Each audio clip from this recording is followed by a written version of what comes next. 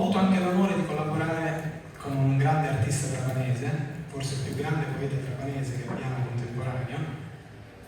si chiama Nino Barone, molti di voi lo conosceranno sicuramente, del quale ho molta stima e sono un grande amico, che mi ha prestato un suo testo attraverso il quale lui spiega l'amore che noi abbiamo per la Sicilia e invita il forestiero che non la conosce di non fermarsi alla partenza, ma di arrivare qui, guardare il nostro mare, come vive la nostra gente e poi forse giudicare.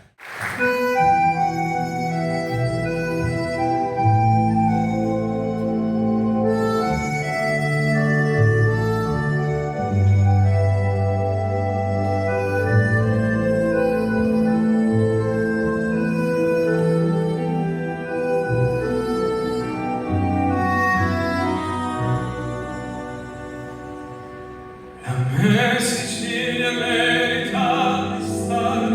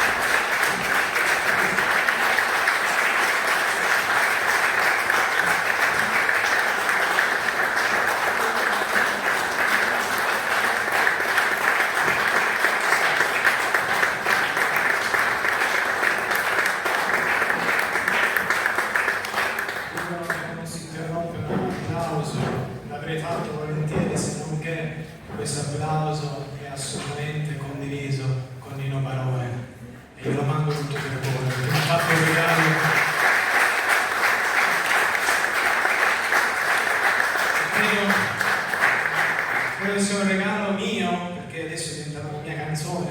attraverso i suoi versi, è un regalo un po' di tutti noi, perché veramente parla del nostro sentimento, del nostro orgoglio siciliano. Non siamo soltanto quello che si dice spesso, troppo spesso, siamo tanto altro, è il momento di farlo vedere al mondo. Grazie Nina.